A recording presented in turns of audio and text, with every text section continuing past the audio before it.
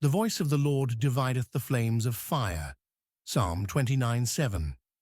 David presents another display of God's power. The word divideth means to cleave or cut through. Fire consumes everything in its path, yet God's voice controls even flames. This brings to mind the pillar of fire that guided Israel. And the Lord went before them by day in a pillar of a cloud to lead them the way, and by night in a pillar of fire to give them light. Exodus 13:21. God divided fire from its natural behavior. Fire destroys, but God's fire protected and guided. Think about the 3 Hebrews in Babylon. Then Nebuchadnezzar the king was stone-eyed, and rose up in haste, and spake, and said unto his counselors, Did not we cast 3 men bound into the midst of the fire? Daniel 3:24. The furnace was heated 7 times hotter than normal, and even killed the soldiers who threw them in.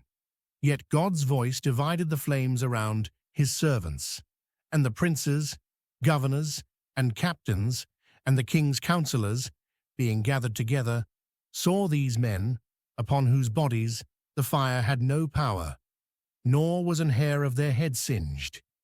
Daniel 3:27. Elijah called down fire from heaven. Then the fire of the Lord fell, and consumed the burnt sacrifice, and the wood, and the stones, and the dust, and licked up the water that was in the trench. 1 Kings 18:38. God's voice directed fire to consume water-soaked offerings. Natural fire cannot burn wet wood and stones, but divine fire obeys different laws. Lightning represents divided fire. Each bolt splits the sky. Scientists measure millions of volts in a single strike, yet God controls every flash. Canst thou send lightnings that they may go, and say unto thee, Here we are? Job 38:35. The voice of the Lord shaketh the wilderness. The Lord shaketh the wilderness of Kadesh. Psalm 29, verse 8. The repetition emphasizes complete shaking. Kadesh held special meaning for Israel. There Moses struck the rock, Miriam died, and Israel rebelled. The wilderness of Kadesh represented both judgment and provision. The word shaketh describes violent motion, like an earthquake.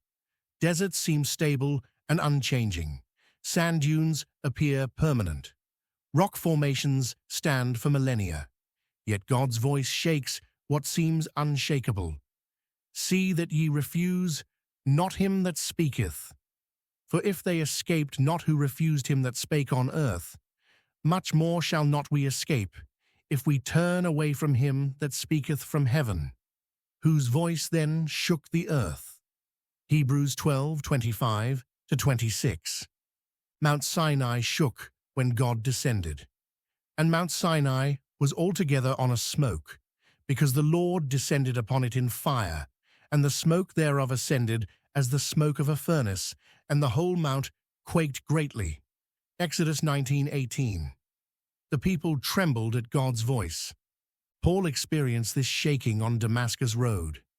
And he fell to the earth, and heard a voice saying unto him, Saul, Saul, why persecutest thou me? Acts 9:4. Christ's voice shook the persecutor's wilderness. Saul's desert of dead religion transformed into Paul's garden of grace. Contemporary believers need reminders of God's voice dividing and shaking. Financial markets shake at economic news, but God's voice controls wealth. The silver is mine, and the gold is mine, saith the Lord of hosts. Haggai 2:8. Politics shifts with elections, but the Most High ruleth in the kingdom of men, and giveth it to whomsoever he will. Daniel 4:32. Churches face fires of persecution and wilderness seasons, yet the same voice that divided flames for Hebrew children protects his people today. The voice that shook Kadesh still transforms spiritual deserts. I will even make a way in the wilderness, and rivers in the desert. Isaiah 43:19. God's voice changes everything it touches.